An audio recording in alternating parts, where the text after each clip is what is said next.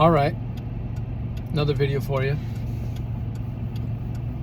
This one's going to be more about a concept I was going to go over before, but I just never kind of remembered to do it.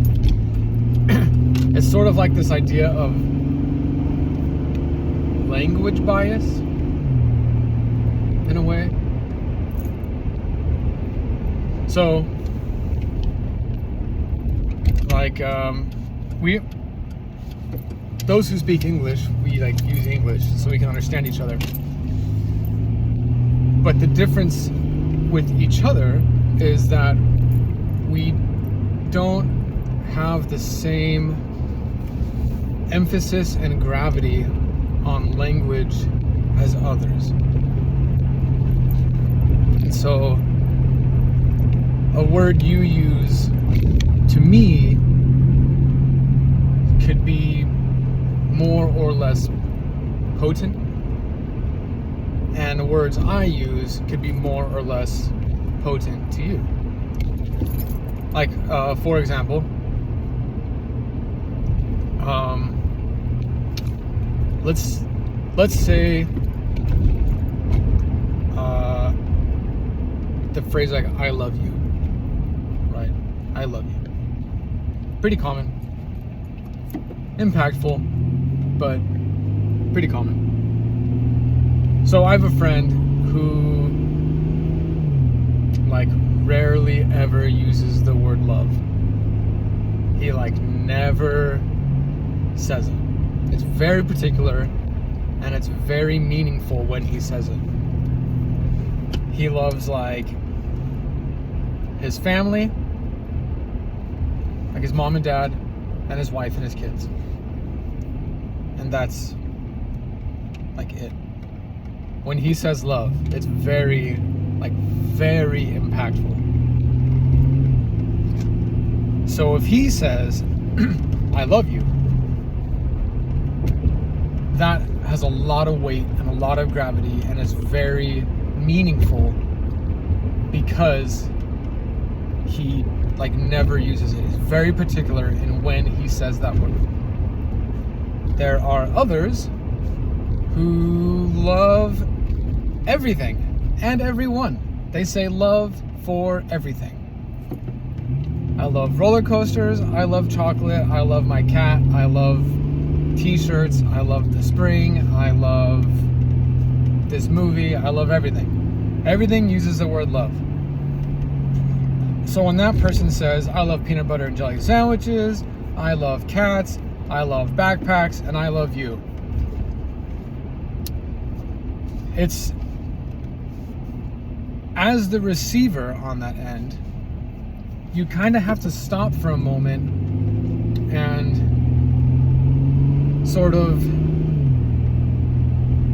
it makes you pause, because I don't really know how you feel about me.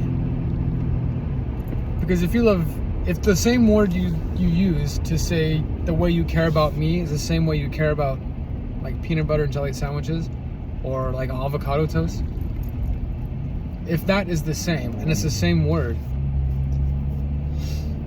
then to my friend, he'd say either you need to see a therapist because you love your wife the same way you love toast, or you just sort of like everything. And if you just sort of like everything, then you just sort of like me too. And so that's where this like biased language comes from. And then with that, you have to take not only the consideration of the word being used, but now how it's used in total, because now you're going to use multiple words together. And there comes a lot of problems with like language and communication in this idea that we each perceive language slightly different, and it goes through like a filter in our brain. And so we hear words they go through this filter of our experiences with that word or what we feel. And once it goes through the filter, we then extract certain ideas. And those ideas that we're extracting might not be the intention of the meaning of what the speaker is saying. And that's why, like, language is so difficult, and that's why communication and trying to clearly get your thoughts across is pretty important. This is also a reason why it's important to let the speaker finish what they're saying and ask for clarification before interjecting or jumping in or trying to defend something because you heard a simple phrase. It goes through your filter, and when you now extract that information, you may misconstrue the meaning of what the speaker is intending to say, which doesn't help anybody. I see this happen quite often, not only when I watch different YouTube videos of people talking to each other, but even when I speak to other people and when they speak to me as well. I mean, we all have it. You just have to step back and recognize and try your best to realize that everybody has this language filter that they're now hearing people talk through. Like a common one to be, I guess, like in communication would be like I love you, but I really don't appreciate when you like talk down on me. That goes through a filter to a receiver, and they hear I love you, but. And when they hear the but, their filter now negates the idea of hearing I love you, and they only hear you're doing something wrong. Or they hear you're doing something wrong and I'm better than you because I don't do that. Or they hear I love you but, and now they don't think they are being loved, or however many other ways it can be spun, right? You get what I'm trying to say. And so when people are talking, it's easy and it's very, very, it's a quick reaction to now respond to every word being said. And every word that you hear, you now begin to create like an emotional response in your head. And I think it's probably subconscious. I don't think you're doing it actively. I don't think you probably want to do it. Or me, not like I do it too. It's not like I'm any better. But this is just something I've realized that I do, and that I catch others, and that I see other people do. And so I try to help mitigate the effects of that. It doesn't always work, but I try. What's also important is what I do, I guess, fairly a lot, and I think it's helped me.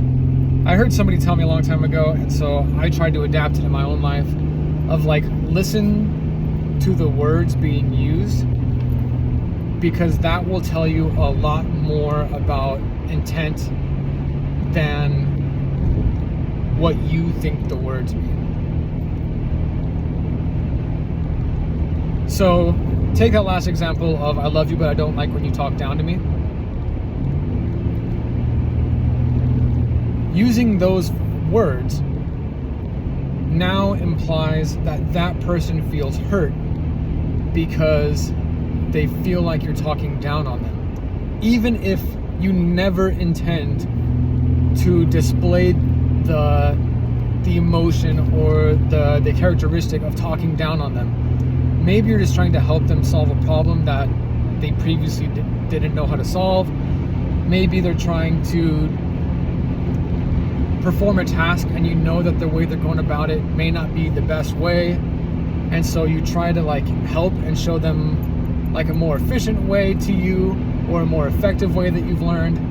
But the way that you display it or the way that you now talk about it makes the other person feel like they're being talked down on or being attacked. And so when they say, I don't like that you're talking down on me,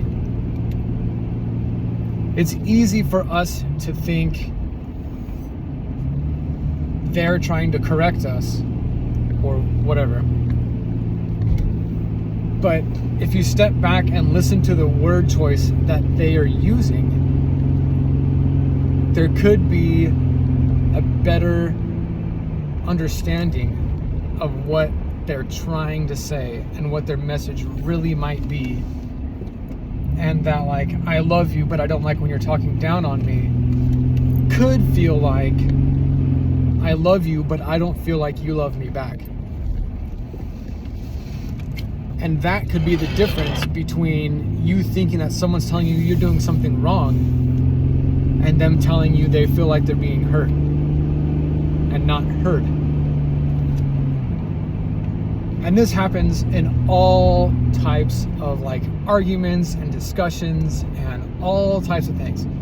It happens all the time. I catch my clients doing it. I catch myself doing it. And what is really beneficial is to try to clarify your words. Sure, you may have to talk longer. You might have to have a much longer discussion to now display what it is you're talking about. You may have to take 25 steps back in order for the other person, the receiver, to now properly understand and absorb the message you are trying to send, instead of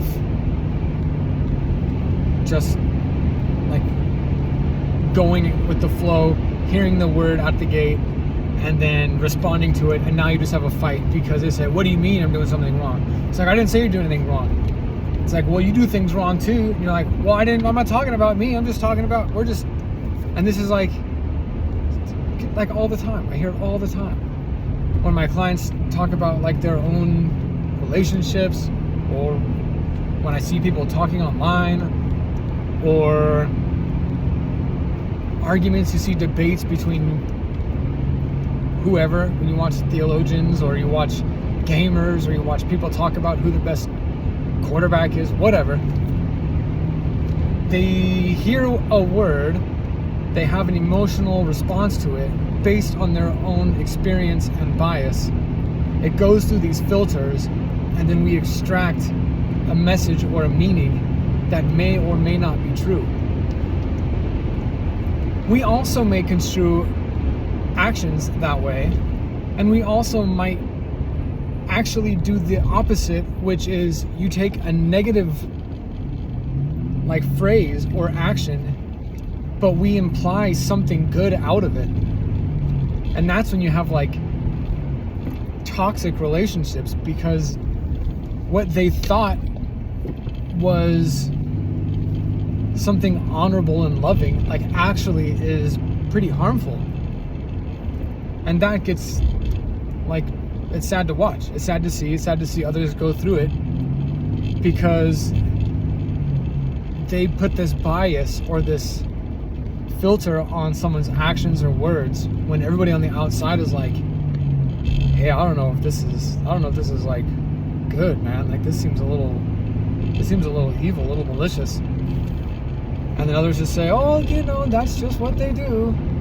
That's just how he shows me he loves me. This is how she says she cares about me.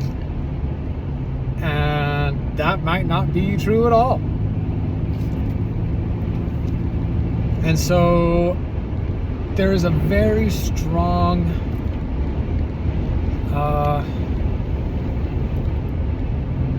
like a propensity for people to do this, I guess because it's quicker. It's much faster to have a quick conversation than it is to have a long one.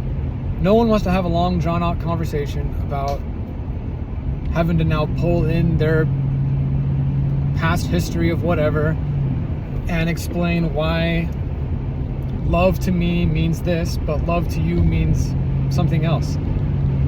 Love to you means you can love everything and everyone, and peanut butter and jelly sandwiches and cats and iPhone cases. But love to me is only used between like family members and people I really truly love. Like, they will never love their car. They can't possibly love a car because that's not like what love is.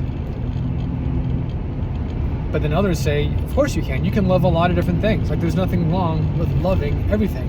And the way I love my wife is the way I love my cat, is the way I love my car, and is the way I love roller coasters. And that may be odd to some, but it is what it is. And so that is sort of what's been on my mind recently, is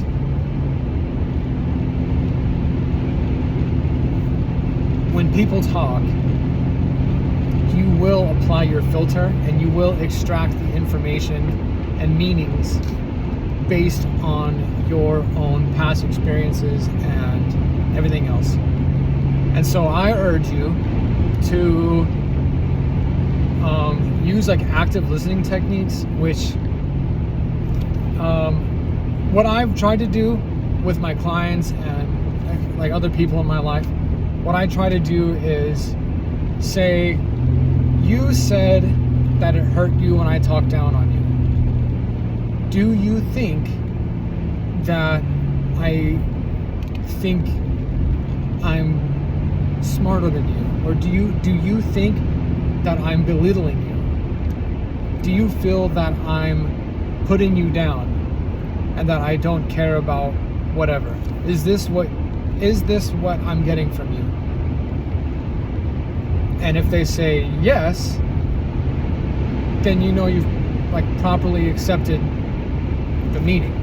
If they say no, I say, no, that's not what I meant at all. Then say, okay, can you elaborate? Can you clarify for me so I can better understand what it is you're trying to tell me? Because I don't want to misconstrue the message, and I want to help you, or I want to make this conversation more beneficial. And that would like really like positively affect probably a ton of conversations. And I think as people, we could grow, and if you hear someone more clearly define their phrasing and their terminology, that could now broaden your own filter to allow more experiences and concepts to be extracted. And you could better be a better conversationalist or better active listener. And I think discussions or debates or fights or arguments or whatever could be a lot more positive and a lot more forward moving if we allow each other to clearly state and define what it is we're trying to come across. Emotions are very intricate, and thoughts are very intricate, and they stem probably way back in a ton of different life experiences and biases and traumas or not. And it doesn't benefit anybody to say and react off a one-word sentence, right? That doesn't make anybody better. It only hurts both parties, because now friendships can be ruined because you took something I said out of context, or you misconstrued something I said, or I misconstrued something you said, or your stance on something, I misconstrued it, or I misrepresented you somehow, And now we start to grow this weird, like we see them in another light, when the whole time they may not have ever been in another light. We just see something that is incorrect, and now we may ruin friendships or relationships or whatever, teammate aspects or something, all because of a single sentence went misconstrued. Or we hear a sentence and we now jump to a conclusion and create like an ending of where this is going, when that might not be true at all. So that's my message for today. I guess not my message, but my thoughts as of recently is, I think we should take more time to understand and learn how each other are communicating, because I think it better benefits like all of us. See you next time. Let me know what you think.